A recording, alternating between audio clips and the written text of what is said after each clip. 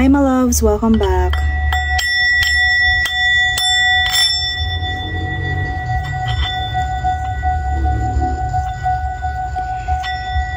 In this reading, we will going to channel messages from your angels, what you need to hear right now. So let's read the energy first. And bago tayo mag-start, I would like to invite you to visit our shop. Meron tayong mga bagong design doon, like this. Ayan, like this tiger's eye, kung makikita ninyo.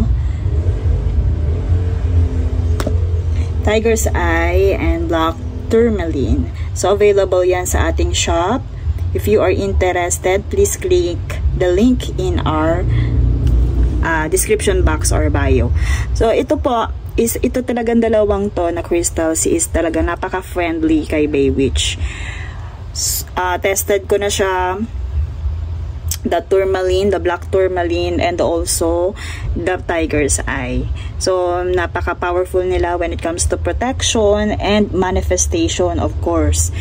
Very friendly, kaya kumbaga naisip ko ito din ang kailangan ng ating collectives. And when it comes to design, yes, ayan, napaka, sabihin natin, durable niya. And unisex siya. Pwede siya pang masculine and pwede siya pang feminine. Ayan. And now, let's proceed to energy reading. What you need to hear right now. What you need to hear right now.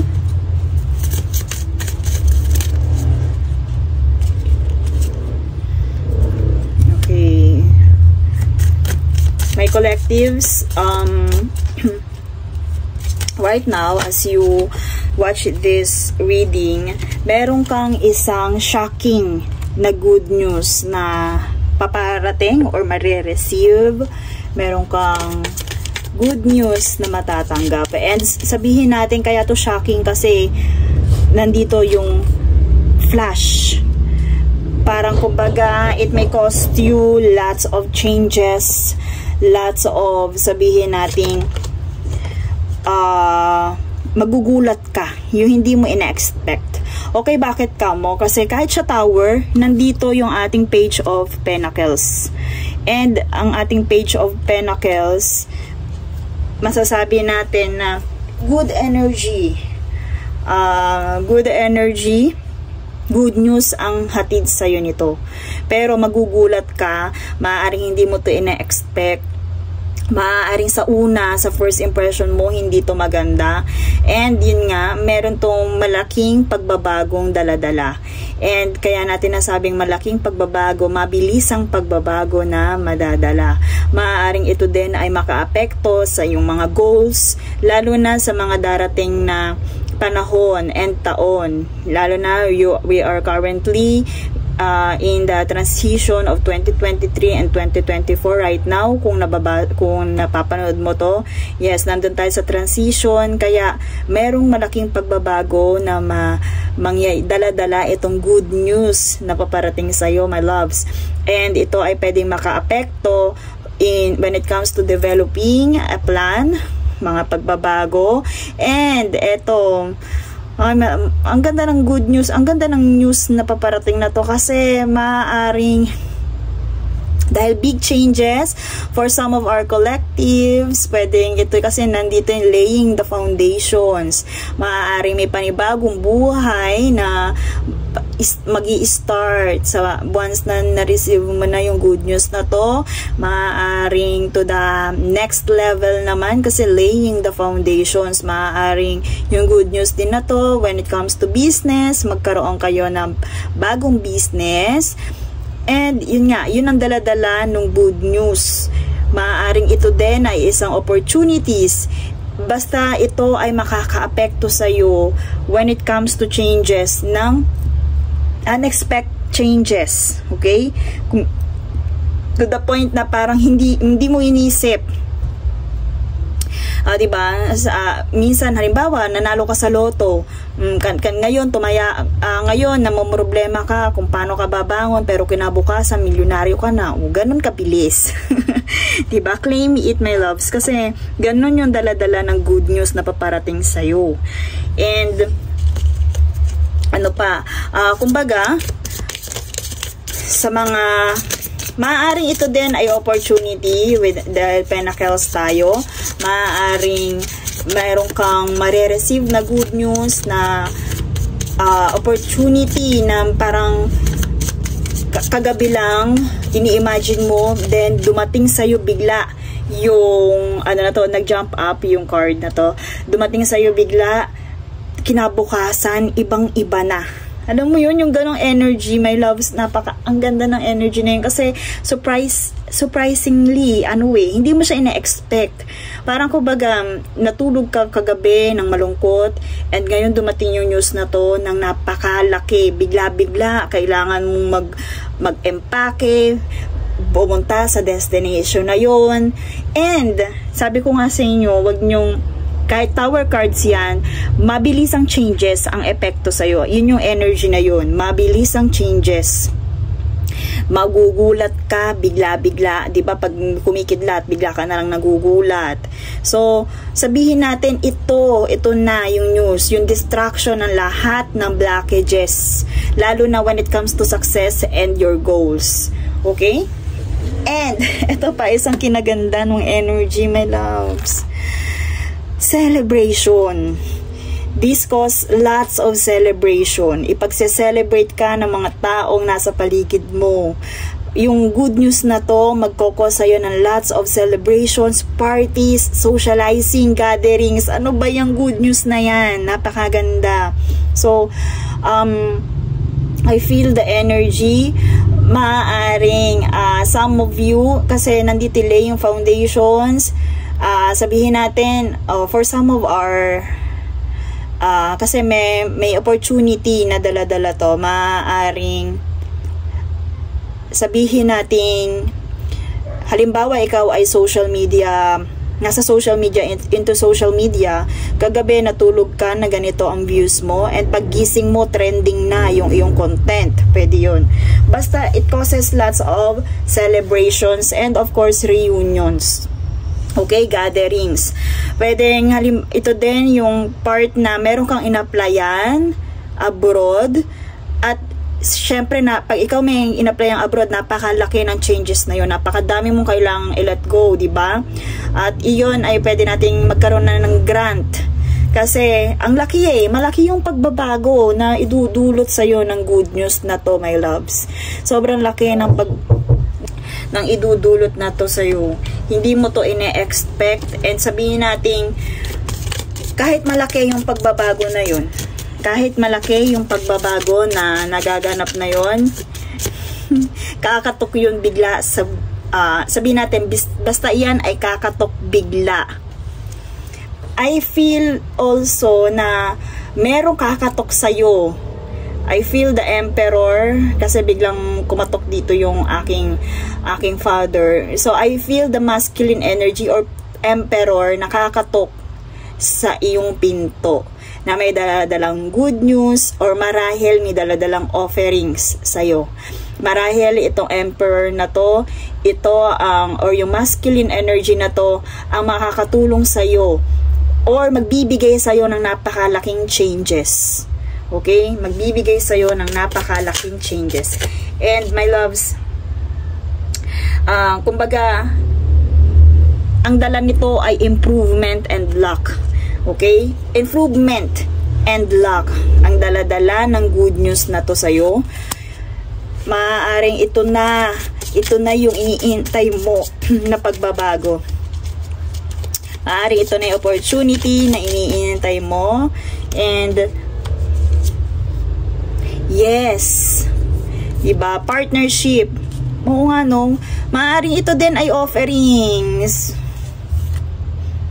Ayun, o, maaaring ito kasi two times na lumitaw sa atin yung yes, offerings.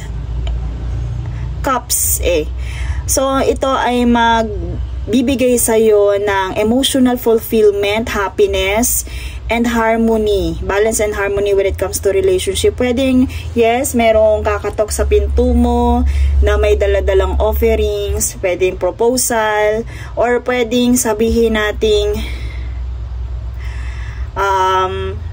commitment. O yan, proposal, engagement, pwedeng yan, may kumatok sa pintuan mo at may daladalang engagement ring, pwede yan sa mga in relationship natin. And possible sa general, in our general collectives, ito ay love offerings. Okay? Okay, ang ganda ng good news na paparating. Okay, just claim it, my loves, kasi ayan ang sun. Nasa iyo yan, lagi lang magpaka-positibo. Nandyan ang success. Okay, maging optimistic lang sa mga bagay-bagay. Maybe you are currently dealing with, sabihin natin ngayong araw, or yung energy mo ay siguro kaya ito yung channel, yung kailangan nating iparating, kasi you are currently, sabihin nating low energy. Baka masyado ka nadadala ng ating energy today, kung kailan mo man ito nakikita, maybe your energy is down, pero your angels and guides are telling you na eto, wag kang masyadong, sabihin natin, mag-alala, wag kang masyadong malungkot, kasi may good news na paparating sa'yo. Okay, let's see.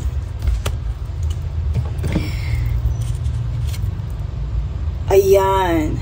Yan, sabi ko na nga you are, maaari natin, you are, sabi natin not in the mood right now.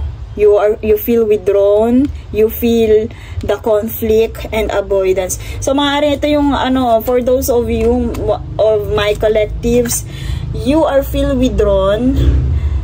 Pero ito yung reading na nagbibigay, kumbaga confirmation na matatapos din yan. Na matatapos din, end of conflict. Matatapos din yung conflict and sabihin natin marirelease din yung tension na yan. Okay? Kasi, kumbaga, you're feeling down right now. You're feeling withdrawn, wala ka sa mood, you're feeling, sabihin natin, emotional. Feeling mo, minanipulate ka ng buong mundo. Yun yung nararamdaman. Pero yun nga, ang energy is this. May paparating na good news sa'yo. So, your day. Ano yung kailangan mong i-resonate or your message? Message from your angels. Yung kailangan, sabihin natin, from this energy mo right now. Okay, napakaganda lahat. Yung cards ay sabihin natin today's soul's action na kailangan mong gawin. Make the choice that you will no longer let the past define you. Ay, oo nga, maybe you are currently dealing with sabihin natin yung situation na hindi mo mapakawalan. Kumbaga, dumaan ka sa mga situation na sobrang nag-cause sa'yo ng pain, feeling mo, minanipulate ka, pinaglaruan ka, maaaring ang daming conflict, but today's, what can I burn? So, ito yung advice sa'yo na kailangan mong gawin, burn it. Burn it all. The ugly lies, the pain, the shame, the criticism, the images that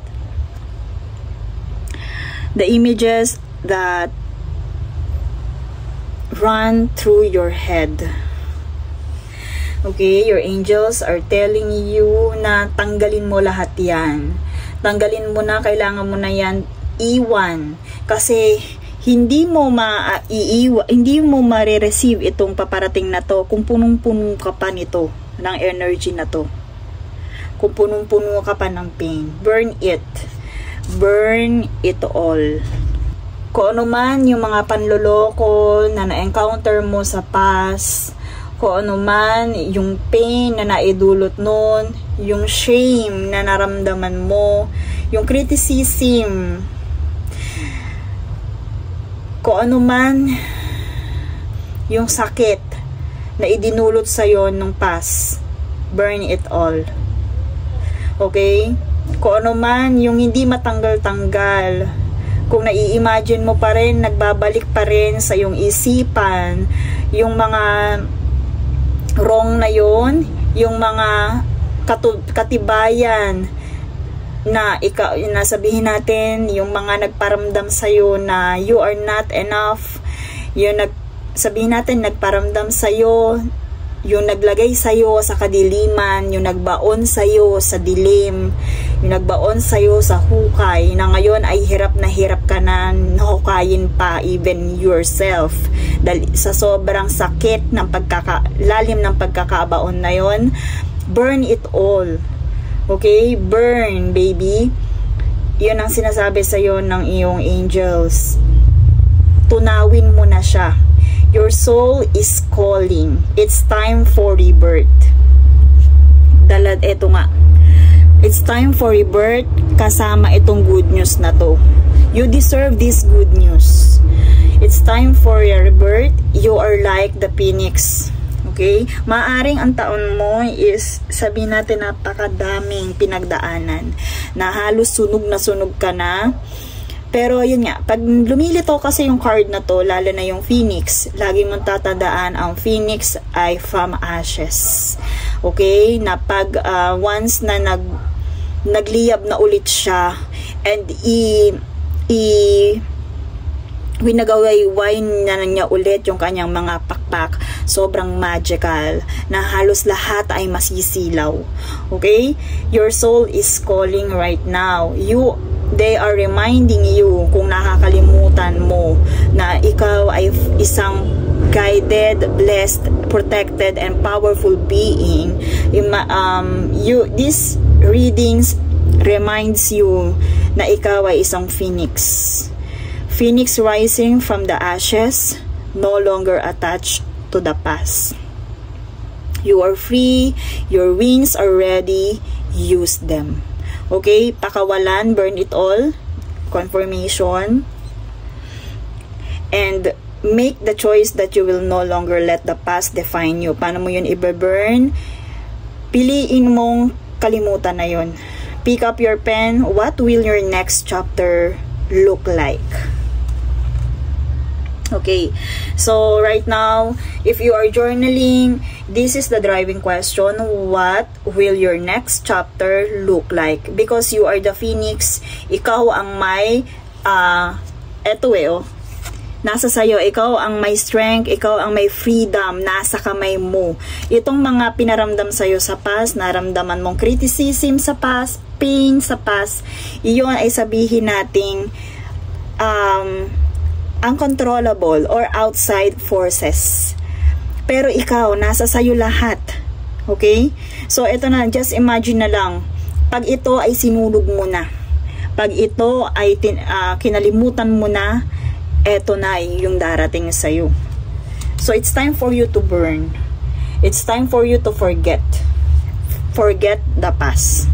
Sabihin natin, sige, hindi mahirap kalimutan, pero paano mo siya male-let go? Ikaw ang ikaw yung maaaring gumawa ng paraan. Sige, tingnan nga natin paano natin siya male-let go. Ano yung pwedeng advice ng angels? Paano mo male-let go yung mga bagay-bagay? Paano mo ma-unload yung pain na yan? So, using this deck, the self-care deck, isa to sa mga sabihin natin nakakatulong, malaking tulong din pag when it comes to self-care. So, paano nga ba? Ano ba yung choice na pwede nating sabihin, no longer let the past define you? Maaaring ikaw ay dumaan sa isang napakalaking criticism na ikaw ay pinagtulungan ng paligid. Pwede yun. Ito nga, okay, daily dream journal. Journaling, okay? For my collectives, if you are not into journaling, it's time for you to do that. Kasi maaaring sabihin natin, makakatulong sa'yo yung journaling para makapag-move on, at sabihin natin, eto, sulat mo yung past. Okay, sulat mo yung past, but that is part of just, sabihin natin, book. Okay, sing, pwede din communicate.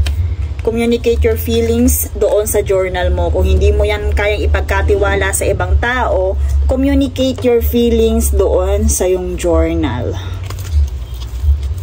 And, yun nga, kung sa tingin mo, parang kasi this energy, maraming taong hindi nagtiwala sa'yo, nag-criticize sa'yo, pwede din ito ay energy ng nabuli, binuli ka, pwedeng ganon. Pero yan, kung yun sinira ng mga pagkakataon, yun yung tiwala mo at wala ka na mapagkatiwalaan, it's time for you to journal. Communicate your feelings and tulungan mo yung sarili mo. Ito yung makakatulong din sa'yo. Okay. Yun, ang ganda ng energy. Maaaring eto nga, maaaring inilayo ka rin sa taong mahal mo at ngayon, yung good news na yan na paparating is about your union. Pero ito, sa ngayon, your angels and guides are reminding you that you are like the phoenix rising. Okay? Ito, contentment, cauldron. Once kasi na lumilitaw yan sa aking reading, yan yung sign na kailangan mo talagang mag-let go. Ito yung time na kailangan mong ilista sa, ayan, ipinaplano mo your life book, kailangan mo na itong isulat. Ano-ano yung next chapter na gusto mo and ano-ano yung gusto mong i-include dun. Ano yung gusto mong i-include sa yung new chapter. Sabi ko nga sa'yo, you are free. Nasa sa'yo lahat yan. The vital, sabi natin. Ito kasi yung card ng, sabi natin, vitality. Nasa sa'yo kung ano yung gusto mong i-include sa iyong new chapter. Oh, okay, nandito ulit yung new chapter, no? So, may tendency talaga may malaking pagbabago at kailangan hindi mo na isama. Hindi mo na isama itong energy na to. Hindi mo na kailangang isama yung energy na yan. Lahat ng pangloloko, lahat ng sabihin nating lies and pain, and shame and criticism, hindi na sila, they are no longer belong in this new chapter, in your cauldron, okay? Nasa sayo yon, kailangan mo na silang kalimutan. Kailangan mo nang i-accept ang mga bagay-bagay na minsan talaga kailangan mo i-unload yung nagkokos sa'yo ng pain. I-unload at ngayon, it's your time to choose. You're free kung ano man yung gusto mo ulit i-include sa iyong next chapter. Okay? So, that is the message you need to hear right now, my loves. I'm sending you lots of healing and love. And lagi mong tandaan, be more positive. Okay? Be more enthusiastic. Kung wala ka mapagkatiwalaan, right now, communicate with your angels. And ipakita sa'yo kung ano yung kanilang gustong ipakita through your dreams. So, make dream journal, mag-journal ka kung wala ka mapagkatiwalaan sa paligid. Palagi mong tatandaan, nandyan ang iyong angels and guides. Okay, sige nga, eto, diba nabuklat ko, just trust. Trust your angels and guides, nandyan lang sila sa likod mo. Okay, so I'm sending you lots of love and light, and blessed be.